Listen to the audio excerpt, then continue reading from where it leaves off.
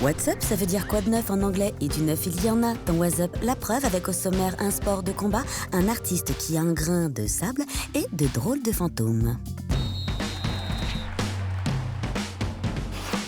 Aujourd'hui, on découvre une activité très sympa avec plein de téléspectateurs de Gulli.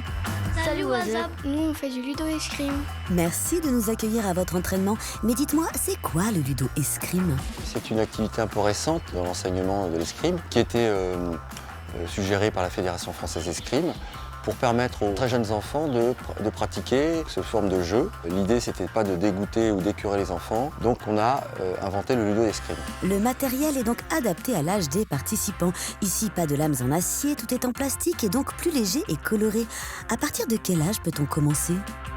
On peut commencer raisonnablement à partir de 4-5 ans. Après, c'est une question de motricité. C'est vrai qu'on a, sur une même tranche d'âge, on a des enfants qui sont très à l'aise sur le plan moteur et d'autres qui le sont moins.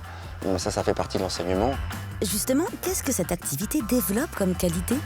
Ça développe la coordination, c'est important. L'esprit de décision, l'analyse, observer l'adversaire, comprendre ce qui se passe, interagir avec lui, la confiance en soi, la rigueur, et puis plein d'autres qualités qui sont liées à la pratique d'un sport de combat.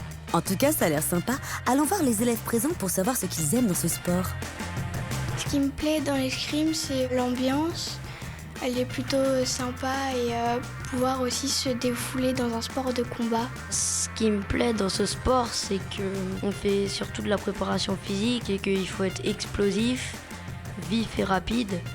Donc moi j'aime bien. Qu'est-ce que vous diriez aux téléspectateurs pour les inciter à se mettre au ludo-escrime?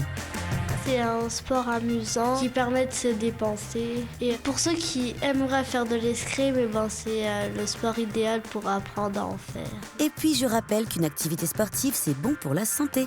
Pour ceux qui ont envie de s'y mettre, sachez que le ludo-escrime se pratique dans de nombreuses villes. Un site s'affiche à l'écran pour plus d'infos. Faites des séances d'essai et puis vous verrez que je vous serai conquis par ce sport. Je suis passionné encore à l'heure actuelle. Je vous sens tous conquis. Bon, eh bien, merci de nous avoir présenté votre sport passion. On vous laisse retourner vous entraîner. Au revoir WhatsApp. On vous parle régulièrement d'artistes inspirés par la planète. John Foreman est l'un d'eux, on l'adore et chaque année, on est ravis de découvrir les dernières œuvres qu'il a réalisées. Pour rappel, John est ce qu'on appelle un sand artist, un artiste sur sable en français. Lorsqu'il va à la plage, il ne se baigne pas mais vient avec un râteau afin de dessiner d'énormes motifs géométriques dans le sable. C'est le cas ici sur une côte de l'Angleterre entre deux marées. Il lui faut des heures pour concevoir ses œuvres qui mesurent plusieurs dizaines de mètres chacune. Ça n'a pas l'air comme ça, mais il faut beaucoup de talent et de pratique afin de faire ces lignes droites ou courbées. Pour ceux qui se demandent pourquoi John fait ça, sachez qu'il a une très belle raison. Il veut qu'on regarde la planète autrement. D'ailleurs, il la respecte tant que toutes ses œuvres sont éphémères, c'est-à-dire qu'elles ne durent pas. Une vague, un coup de vent, la pluie et hop, ses créations s'effacent. C'est poétique, n'est-ce pas? Waouh!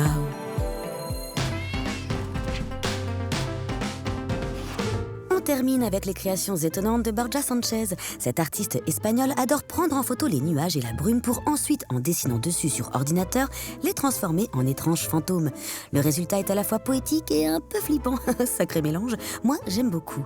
Mention spéciale à ce poisson créé à partir d'un tout petit nuage. C'est trop mignon. Je vous encourage à faire la même chose, vous serez sans doute surpris du résultat. Allez, What's Up, c'est terminé pour aujourd'hui. On se retrouve très vite pour faire le plein de tendances et d'infos insolites. Bye bye.